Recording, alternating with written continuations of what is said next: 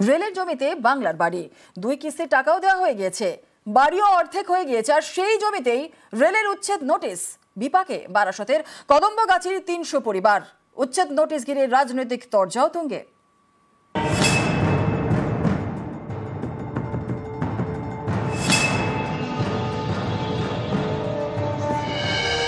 বাংলার বাড়ি প্রকল্প, পাকা বাড়ি তৈরি করতে টাকা দিচ্ছে রাজ্য সরকার। সেই টাকায় বাড়ি তৈরি হচ্ছিল রেলের জমিতে, সেখানেই রেলের উচ্ছেদ নোটিশ। উত্তর 24 পরগনার বারাসাত 1 নম্বর ব্লকের কদম্বগাছি। এখানে রয়েছে হেমন্ত বসু কলোনি। সম্প্রতি বাংলার বাড়ি প্রকল্পে এখানকার প্রায় 300 বাসিন্দার নাম তালিকায় ওঠে। 2 কিস্তি মিলিয়ে 1,20,000 টাকায় অর্ধেক বাড়িও অনেকের হয়ে গিয়েছে। এরই মধ্যে রেলের নোটিশ।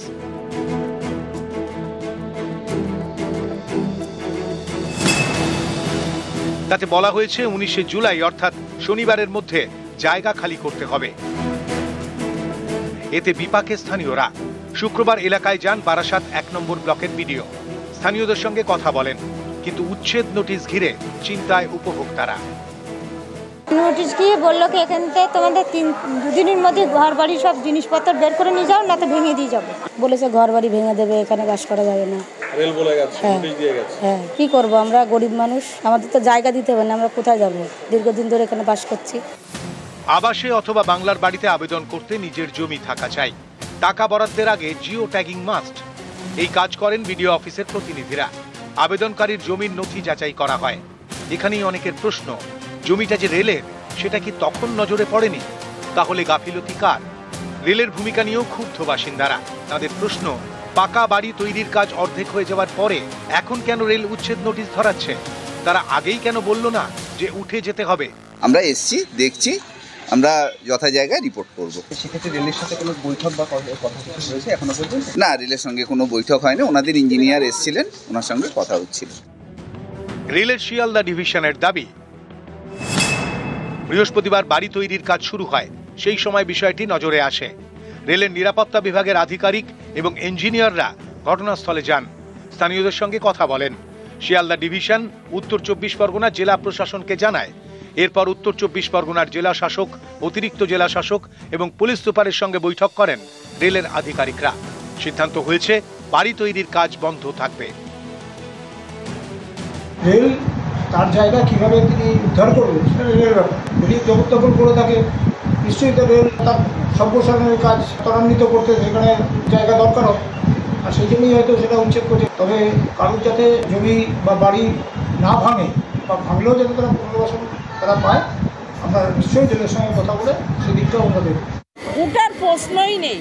যারা আজকে দীর্ঘদিন ধরে এখানে বসবাস করছে, গরিব মানুষ, তারা বাংলার বাড়িও পেয়েছে, তাদের উঠার কোনো প্রশ্ন নেই।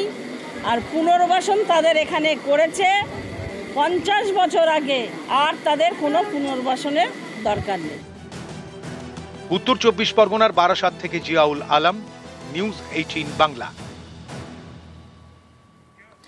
ধসের জেরে বিচ্ছিন্ন পাহাড়। ধসে শিলিগুড়ি সিকিমের সড়ক যোগাযোগ বিচ্ছিন্ন।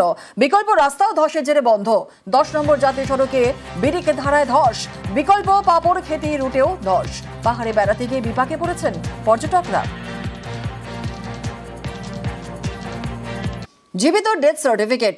জীবিত মহিলার নামে ভুয়ো ডেথ সার্টিফিকেট বানিয়ে সরকারি প্রকল্পে টাকা হাতানোর চেষ্টা। এমনই চাঞ্চল্যকর অভিযোগ কুলতলির গ্রামে। কিন্তু জীবিত মহিলার ভুয়ো ডেথ সার্টিফিকেট বানালো কে? তদন্তে গোপালগঞ্জ গ্রাম পঞ্চায়েত।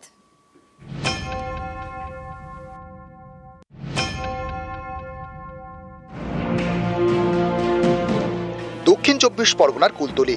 এখানকার কুন্দখালী গোদাবর পঞ্চায়েত এলাকার বাসিন্দা সাবানা লস্কর। তার অভিযোগ, তিনি বেঁচে রয়েছেন, অথচ তার নামে ডেথ সার্টিফিকেট তৈরি করা হয়েছে, তাও আবার অন্য পঞ্চায়েত গোপালগঞ্জ থেকে। স্বাস্থ্য সাথী কার্ড বাবার সাথে ছিল, ক্যান্সার করে নিয়ে গেছে, বলেছে হবে না। কেন হবে না? বলেছে তুমি মৃত। সাবানা লস্করের বিয়ে হয়ে গিয়েছে। তার দাবি, স্বাস্থ্য সাথী কার্ড ট্রান্সফারের জন্য কয়েকদিন আগে তিনি সাইবার ক্যাফেতে যান। তার আধার নম্বর সরকারি পোর্টালে দিতেই জানতে পারেন সরকারি নথিতে তিনি মৃত। তার নামে ডেথ সার্টিফিকেট তৈরি করা হয়েছে। সেই ডেথ সার্টিফিকেট দিয়ে সরকারি কৃষি প্রকল্পে টাকা পাওয়ার আবেদনও জানানো হয়েছে। স্বাস্থ্য সাথী কার্ড বাবার সাথে ছিল, ট্রান্সফার করে নিয়ে গেছে, বলেছে হবে না। কেন হবে না বলেছে, তুমি মৃত বলে একটা মানে দিয়েছে, জেরক্স দিয়েছে। আমি যখন সব বললাম, বললো কেন তোমার বাড়ি গিয়েছি, গিয়ে চেক করেছি, আমার আধার কার্ডটা ওখানে দেখেছি, আর বলে সব আমার নামের নাম সব একই, বাবার নামও একই। স্বাস্থ্য সাথী কার্ড ট্রান্সফার করতে গিয়ে বলে তোমার মৃত সার্টিফিকেট তুলেছে তোমার মেয়ের নামে। তারপর আমি রেডিও অফিসে গেলাম, সাহেব বলে গোপালগঞ্জ অঞ্চল থেকে নিয়েছে মৃত সার্টিফিকেট। মারা গেলে যে 2 লাখ টাকা পাওয়ার জন্য তার জন্য জমা দিয়েছে। আমি ভিডিও অফিসে অভিযোগ জমা দিয়েছি। আমার মেয়ের লক্ষ্মীর ভান্ডার করে খাচ্ছে অন্যজন, মেয়ের অ্যাকাউন্টে টাকা ঢোকে না। ঢোকে না।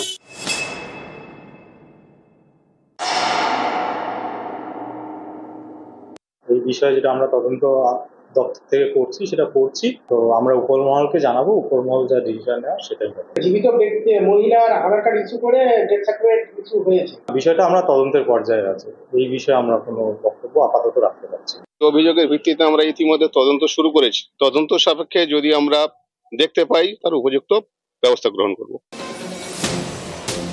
দক্ষিণ 24 পরগনার গোসাবা। কয়েকদিন আগে এখানকার পাঠানখালী পঞ্চায়েত থেকে ভুয়ো বার্থ সার্টিফিকেট তৈরির অভিযোগ ওঠে। পাঠানখালী পঞ্চায়েতের অস্থায়ী কর্মী গৌতম সর্দারকে গ্রেপ্তারও করে পুলিশ। গোসাবায় ভুয়ো বার্থ সার্টিফিকেট তৈরির অভিযোগ, আর কুলতলিতে এবার ভুয়ো ডেথ সার্টিফিকেট তৈরির অভিযোগ। দক্ষিণ 24 পরগনা থেকে অর্পণ মণ্ডল, নিউজ 18 বাংলা। বিজেপি কর্মী খুনে পুলিশের জেল। কাঁকুরগাছিতে বিজেপি কর্মী খুন মামলায় গ্রেপ্তার অভিজিৎ সরকার খুনে জেলে তৎকালীন ওসি শুভজিৎ সেন। জেল হেফাজতের নির্দেশ সিবিআই এর বিশেষ আদালতের, আর তৎকালীন তদন্তকারী অফিসারেরও জেল হেফাজত। হোমগার্ডেরও জামিনের আবেদন খারিজ আদালতের।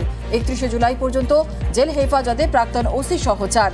সাপ্লিমেন্টারি চার্জশিটে তদন্তকারী অফিসারদের নাম। রক্ষকী ভক্ষক বলে কড়া আক্রমণ বিচারকের।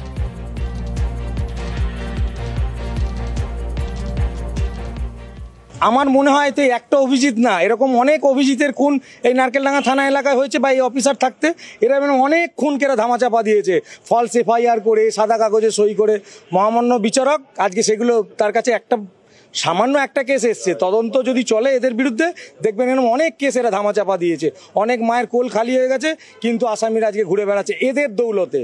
আচ্ছা, এই সাদা কাগজে সই করেছিল রত্না সরকার, রক্ত ধুয়ে দিয়েছিল এই শুভজিৎ সেন, দীপঙ্কররা। তাহলে এই যে এতগুলো এভিডেন্স এরা নষ্ট করেছে, তা সেগুলোকে তো কালেক্ট করতে সময় লাগবে, তা সেই সময়টাই লেগেছে সিবিআই। যাক হয়েছে তো। 10 জন আসামি বেল পেয়ার করেছিল, তার মধ্যে 4 জনকে আজকে আদালত কাস্টাডি নিয়েছেন। তার মধ্যে মেন যে আসামি যারা কাস্টাডিতে রয়েছে তাদের মধ্যে রয়েছেন তৎকালীন যিনি ওসি ছিলেন নারকেলডাঙ্গা পিএসের, তিনি ছিলেন, এবং যিনি একজন অফিসার এসআই ছিলেন, লেডি অফিসার, তাকেও নেওয়া হয়েছে, এবং একজন হোমগার্ড ছিলেন। বিভিন্ন রকমভাবে তারা এভিডেন্সটাকে ট্যাম্পার করার চেষ্টা করেছিলেন। 31 জুলাই পর্যন্ত ওনাদের জুডিশিয়াল কাস্টাডি রয়েছে, এবং তার সাথে আরও একজন আছেন, তিনি হচ্ছেন সুজাতা দে, তাকেও কাস্টাডিতে নেওয়া হয়েছে। বাকি যে 6 জন আছেন তাদেরকে কন্ডিশনাল বেল দেওয়া হয়েছে। যে তদন্ত সিবিআই করেছেন তাতে অন্ততপক্ষে এটা বলা যায় যে আমাদের জায়গাটা অবশ্যই আমরা বিচার পাবো আদালতের কাছে।